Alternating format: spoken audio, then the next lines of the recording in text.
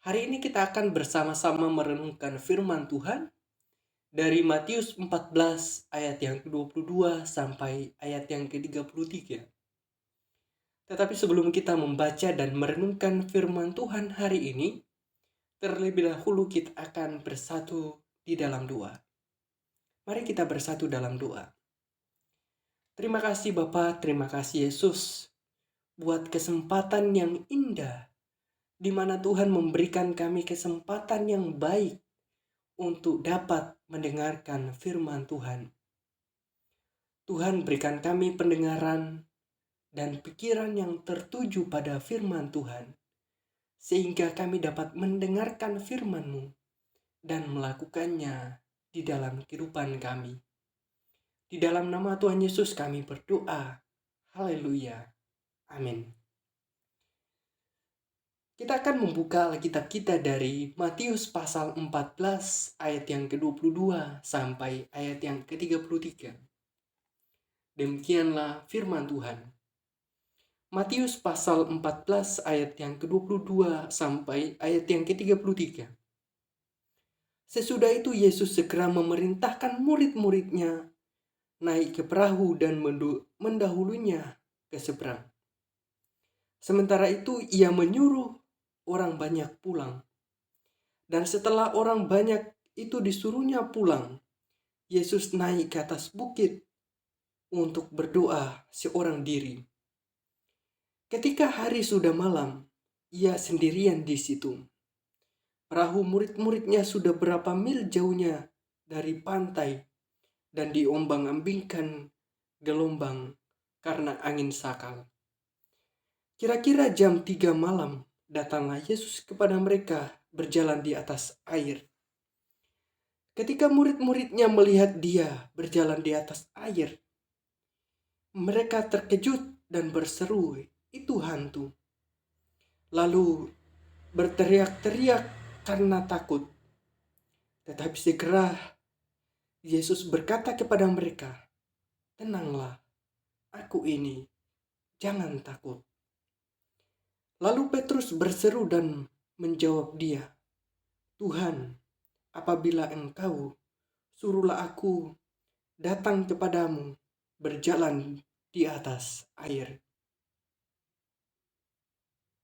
Kata Yesus, "Datanglah."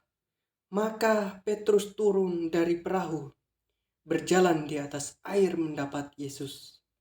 Tetapi ketika dirasanya tiupan angin, takutlah ia dan mulai tenggelam lalu berteriak, "Tuhan, tolonglah aku." Segera Yesus mengulurkan tangannya, memegang dia dan berkata, "Hai orang yang kurang percaya, mengapa engkau bimbang?" Lalu mereka naik ke perahu dan angin pun redalah.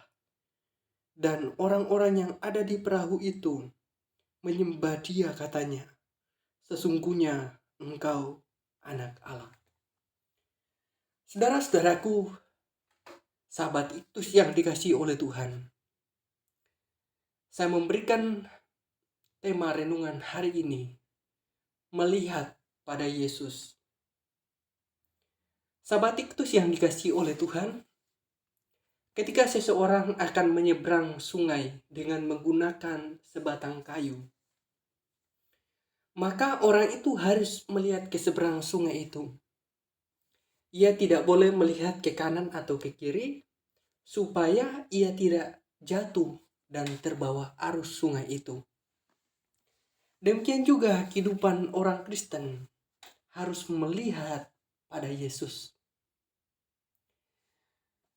Melihat pada Yesus bukan secara harafiah, berarti kita harus melihat atau bertemu Yesus secara langsung. Tetapi melihat pada Yesus artinya kita mengarahkan hati pikiran kita untuk melihat dan mencontoh kehidupan Yesus. Orang-orang yang percaya kepada Yesus atau orang-orang yang percaya kepada Kristus adalah orang-orang yang dipanggil untuk menjadi serupa dan sama dengan Yesus. Nah, ada 3 contoh yang dapat kita lihat dari kehidupan Yesus. Yang pertama, Yesus berdoa. Di dalam ayat yang ke-22 dan ayat yang ke-23, di mana Yesus memberikan keteladanan bagi kita untuk berdoa. Di dalam ayat yang ke-22, Yesus menjelaskan bahwa Yesus menyuruh murid-muridnya naik ke perahu dan pergi ke seberang untuk mendahuluinya. Dan dia juga menyuruh orang banyak untuk pulang. Yesus menyuruh orang banyak pulang karena setelah Yesus melakukan banyak sekali pelayanan, melakukan berbagai mujizat dan kesembuhan, orang banyak itu hendak membawa Yesus pulang dengan paksa untuk menjadikan dia raja. Kita bisa membaca di dalam Yohanes pasal 6 ayat yang ke-15. Karena Yesus menghindari hal itu, maka Yesus menyuruh orang banyak itu pulang. Dan juga menyuruh murid-muridnya untuk naik ke perahu untuk pergi ke seberang.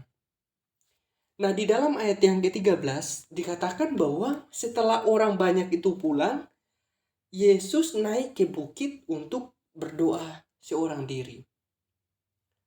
Yesus berdoa seorang diri memberikan keteladanan bagi kita untuk kita berdoa.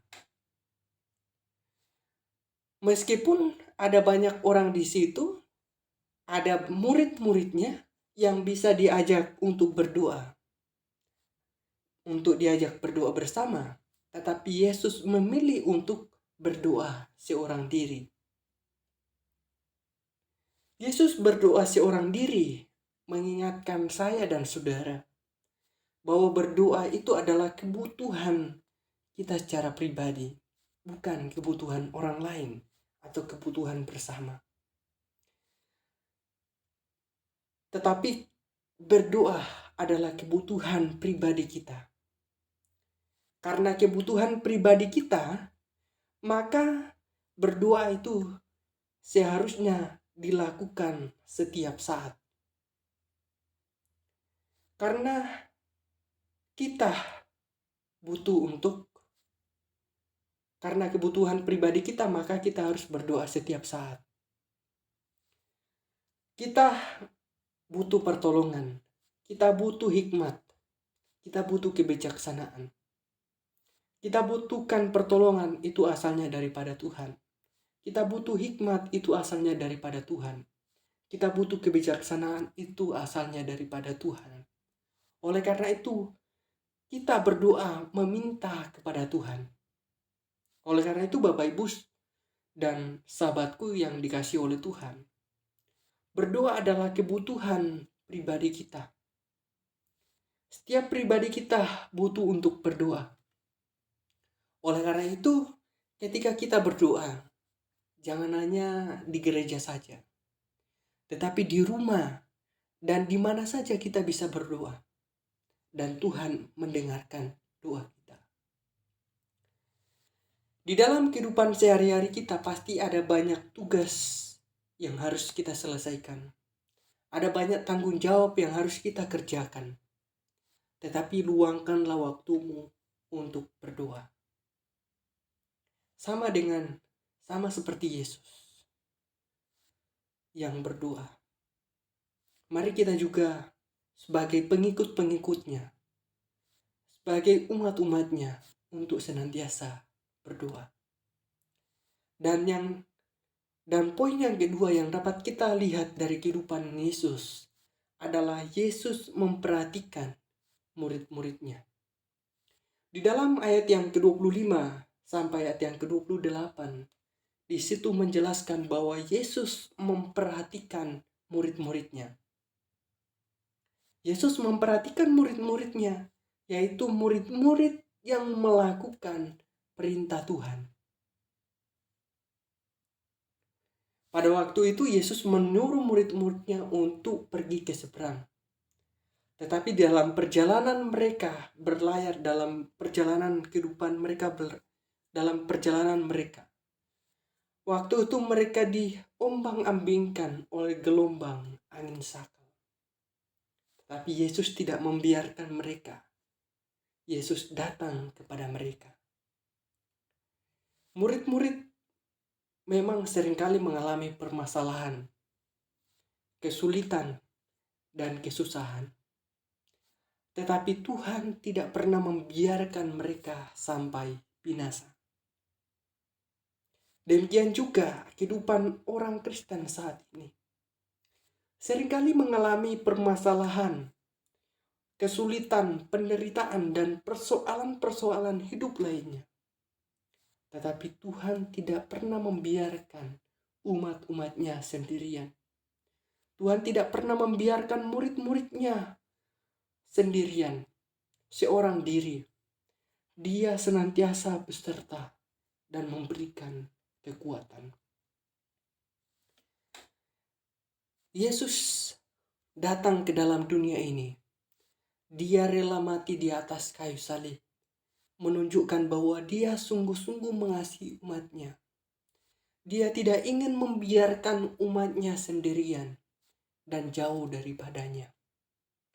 Yesus begitu memperhatikan umat-umatnya. Dia memperhatikan murid-muridnya yang melakukan perintah-perintahnya.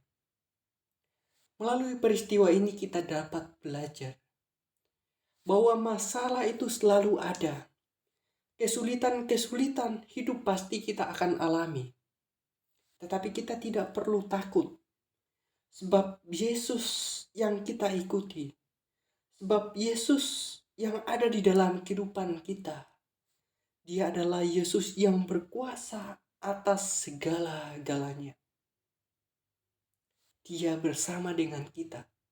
Dia tidak meninggalkan kita. Dia akan memberikan kekuatan kepada kita. Nah, apakah kehidupan kita telah menjadi murid Kristus yang melakukan perintah-perintahnya? Tuhan Yesus menyertai, Tuhan Yesus memelihara, Tuhan Yesus memperhatikan murid-murid yang melakukan perintah-perintahnya. Dan poin yang ketiga, kita dapat lihat dan kita dapat contoh dari kehidupan Yesus adalah Yesus menolong dan menyelamatkan. Yesus menolong dan menyelamatkan orang yang percaya kepadanya. Petrus adalah orang yang percaya. Petrus adalah orang yang memiliki kepercayaan dan keberanian yang luar biasa. Tetapi di dalam diri Petrus masih ada keraguan, masih ada rasa takut. Oleh karena itu Tuhan mau menolong orang-orang yang demikian. Tuhan menolong dan menyelamatkan orang-orang yang percaya kepadanya.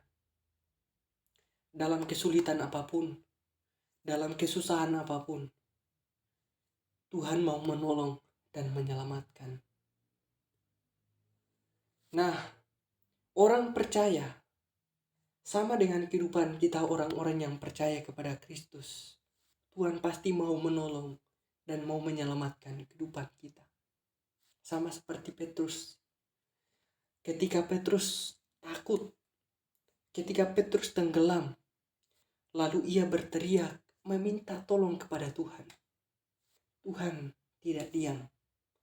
Tuhan segera mengulurkan tangannya dan memegang dia. Bapak Ibu, saudara-saudaraku yang dikasihi Tuhan, dan sahabat Iktus yang dikasihi oleh Tuhan. Mari kita juga mempraktekkan kehidupan Yesus dalam kehidupan kita. Senantiasa berdoa. Kita mau memperhatikan kebutuhan orang lain. Dan mau mengulurkan tangan kita memberikan pertolongan kepada orang lain. Maka orang lain akan melihat ada Yesus dalam kehidupan kita. Dan mereka akan memuliakan Dia. Demikian firman Tuhan yang boleh kita renungkan hari ini. Mari kita bersatu dalam doa. Terima kasih Bapa, terima kasih Yesus. buat firman Tuhan yang telah Engkau sampaikan kepada kami. Mampukan setiap kami untuk menjadi pelaku-pelaku firman Tuhan. Di dalam nama Tuhan Yesus kami berdoa. Haleluya. Amin.